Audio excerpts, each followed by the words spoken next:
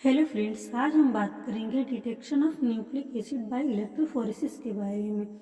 तो जो इलेक्ट्रोफोरेसिस है ये एक लेबोरेटरी टेक्निक है जिसके द्वारा हम डीएनए, आरएनए और प्रोटीन को सेपरेट करते हैं उसके electric charge size of molecule के आधार पे। Means electrophoresis is a laboratory technique which is used to separate DNA, RNA और protein on the basis of electric charge और साइज ऑफ मॉलिक्यूल। जो हमने बताया कि इलेक्ट्रोफोरेसिस क्या है, एक लेबोरेटरी टेक्निक है जिससे हम क्या करते हैं, डीएनए, आरएनए और प्रोटीन का सेपरेटिंग करते हैं। In electrophoresis and electrical current is used to move the molecule through a gel और अदर मैट्रिक्स। इलेक्ट्रोफोरेसिस में जो इलेक्ट्रिक करेंट ये है इसका यूज हम मॉलिक्यूल को मूव करने के लिए करते हैं और जेल का भी यूज करते हैं इसके मैट्रिक्स में।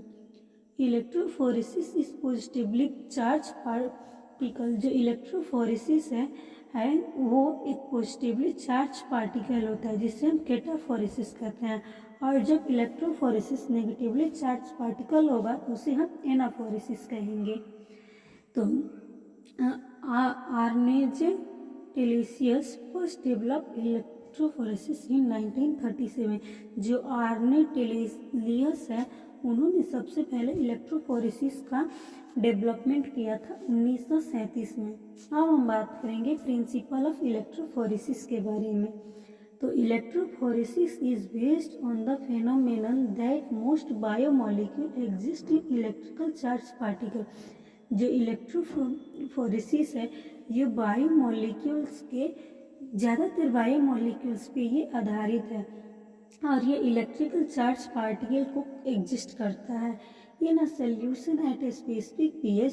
स्पेसिफिक पीएच में जो सोल्यूशन होता है वह पॉजिटिवली चार्ज और नेगेटिवली चार्ज आयन दोनों होता है।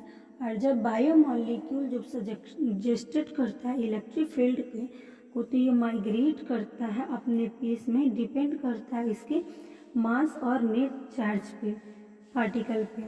In the solution negatively charge particle will migrate toward cathode. और जो नेगेटिवली चार्ज पार्टिकल है वो कैथोड की तरफ माइग्रेट कर जाता है और जो पॉजिटिवली चार्ज पार्टिकल है वो एनोड की तरफ माइग्रेट कर जाता है।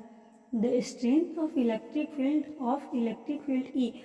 जो स्ट्रेंथ है इलेक्ट्रिक फील्ड का ई है वो जो डिपेंड करता है वोल्टेज वी पे जो अप्लाइड होता है इलेक्ट्रिक फील्ड और इसके डिस्टेंस डी पे के बिटवीन ऑफ इलेक्ट्रोड के।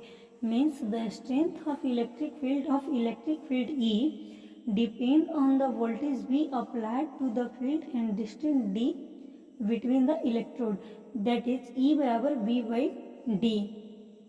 जो करेंट है वो falling through the system depend on the voltage. जो करेंट है वोल्टेज पे डिपेंड और रेजिस्टेंस पे करता है।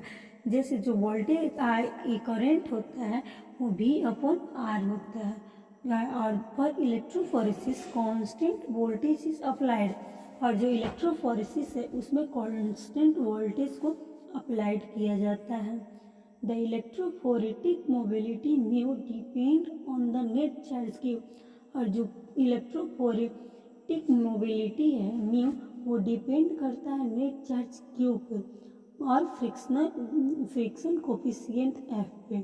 जो म्यू होता है वो चार्ज बाय फ्रिक्शन के बराबर होता है। अब हम बात करेंगे इलेक्ट्रोफोरेसिस के टाइप के बारे में। The electrophoresis is of following two type.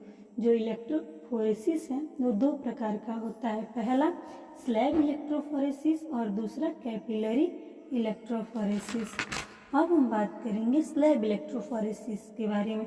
तो जो स्लैब इलेक्ट्रोफोरेसिस है वो भी एक सेपरेटिंग मेथड है जिसके द्वारा हम प्रोटीन को सेपरेट करते हैं। और जो स्लैब इलेक्ट्रोफोरेसिस है ये भी तीन प्रकार का होता है, पहला जोन इलेक्ट्रोफोरेसिस, दूसरा इम्यूनो इलेक्ट्रोफोरेसिस और तीसरा आइसो इलेक्ट्रिक फोकसिंग। तो जो हमारे सिलेबस में है उसमें कैपिलरी इलेक्ट्रोफोरेसिस के बारे में ही पढ़ना है। तो हम पढ़ेंगे अब कैपिलरी इलेक्ट्रोफोरेसिस के बारे में। तो जो कैपिलरी इलेक्ट्रोफोरेसिस है ये भी एक सेपरेटिंग मेथड है जिससे हम एक वेरी माइन्यूट कैपिलरी के द्वारा इसका हम यूज करते हैं। Means it is a electrophoretic separating method through the very minute capillaries. जो हमने पहले ही बताया कि जो इलेक्ट्रोफोरेटिक जो कैपिलरी इलेक्ट्रोफोरेसिस है वो भी एक सेपरेटिंग मेथड है जिसके द्वारा हम कैपिलरीज के मदद से जो वेरी माइन्यूट पोर होता है उसका हम लोग सेपरेट करते हैं और माइक्रोफ्लूइड चैनल के द्वारा। इस मेथड के से हम जो पार्टिकल है वो माइग्रेट करता है इलेक्ट्रोफिलिक सॉल्यूशन में जो under influx of electric field होता है। टाइप देखेंगे कि कैपिलरी इलेक्ट्रोफोरेसिस कितने प्रकार का होता है। जो कैपिलरी इलेक्ट्रोफोरेसिस है वो दो प्रकार का होता है, पहला जेल इलेक्ट्रोफोरेसिस और दूसरा पेपर इलेक्ट्रोफोरेसिस। तो हम सबसे पहले बात करेंगे पेपर इलेक्ट्रोफोरेसिस के बारे में। तो paper electrophoresis is a simple technique. जो पेपर इलेक्ट्रोफोरेसिस है यह एक सिंपल टेक्निक है for separating simple molecule of protein. जो सिंपल मॉलिक्यूल होता है प्रोटीन का उसको हम लोग सेपरेट करते हैं and amino acid from a sample, और एमिनो एसिड को भी हम लोग सेपरेट करते हैं सैंपल से। अब हम बात करेंगे जेल इलेक्ट्रोफोरेसिस के बारे में। तो जेल इलेक्ट्रोफोरेसिस है यह एक प्रोसीजर है जिसमें हम बायोलॉजिकल मॉलिक्यूल को सेपरेट करने में इसका यूज करते हैं। एग्जाम्पल के लिए न्यूक्लिक एसिड और प्रोटीन।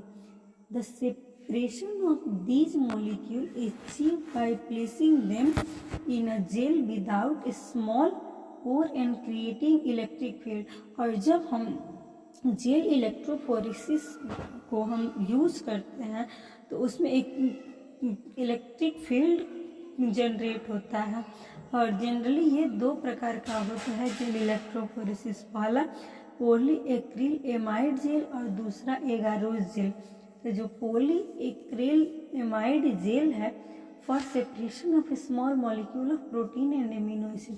तो जो पॉलीएक्रिलएमाइड जेल है उसका हम यूज प्रोटीन और एमिनो एसिड के छोटे छोटे मॉलिक्यूल को सेपरेट में इसका हम यूज करते हैं। और जो दूसरा एगारोज जेल है उसका उपयोग हम न्यूक्लिक एसिड यानी डीएनए और आरएनए को सेपरेट करने में इसका हम यूज करते हैं। अब हम बात करेंगे एगारोज जेल इलेक्ट्रोफोरेसिस के बारे में। तो agarose gel electrophoresis is used for separating nucleic acid. जो एगारोज जेल इलेक्ट्रोफोरेसिस है उसका उपयोग हम न्यूक्लिक एसिड को सेपरेट करने में करते हैं। और एगारोज इज ए पॉलीसेकेराइड। जो एगारोज है ये पॉलीसेकेराइड है जो form by the alternate condensation of D and L form of galactose in agarobiose. जो एगारोज है वो एक पॉलीसेकेराइड है और इसको हम लोग अल्टरनेट कंडेंसेशन ऑफ डी और एल ग्लैक्टोज और एगाराइबोज है उससे हम इसको कंडक्ट करते हैं। Agarose is extracted from seaweeds. और जो एगारोज है इसे हम समुद्री खरपतवार से एक्सट्रैक्ट करते हैं और ग्राइसिलेरिया और जिलेडियम के द्वारा। तो एगारोज इज इलेक्ट्रिकली न्यूट्रल। और जो एगारोज है वो इलेक्ट्रिकली न्यूट्रल होता है और ये सेकेंडरी इंटरेक्शन प्रोड्यूस नहीं करता है न्यूक्लिक एसिड के बीच। अब हम देखेंगे जो जेल इलेक्ट्रोफोरेसिस है उसका रिक्वायरमेंट क्या क्या है।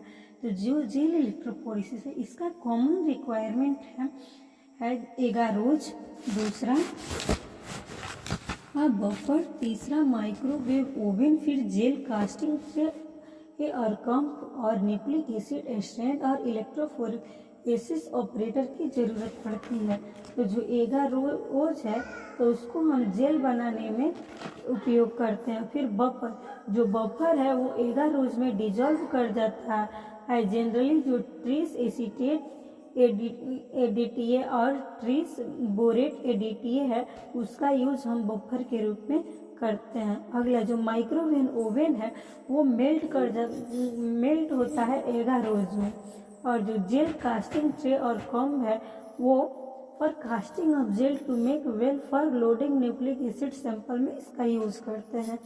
अब अगला देखेंगे न्यूक्लिक एसिड स्ट्रैंड के बारे में, जिसमें डीएनए और आरएनए का फ्रेगमेंट होता है और जो फ्रेगमेंट होता है वो नॉन लेंथ का होता है।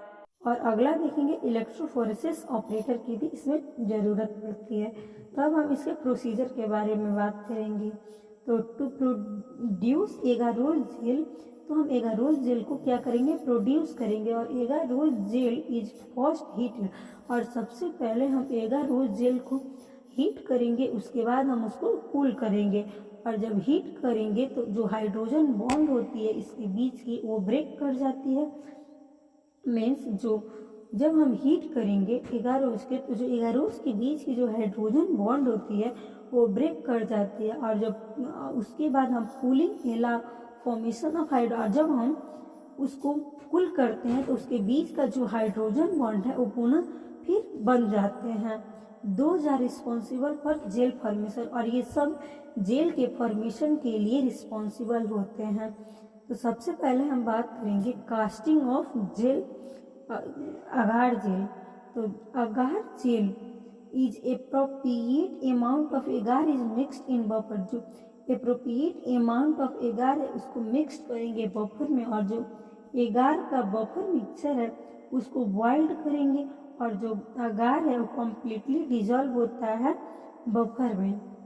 और जो इथिडियम ब्रोमाइड है फिर उसे हम एगार में ऐड करेंगे बफर मिक्सचर में।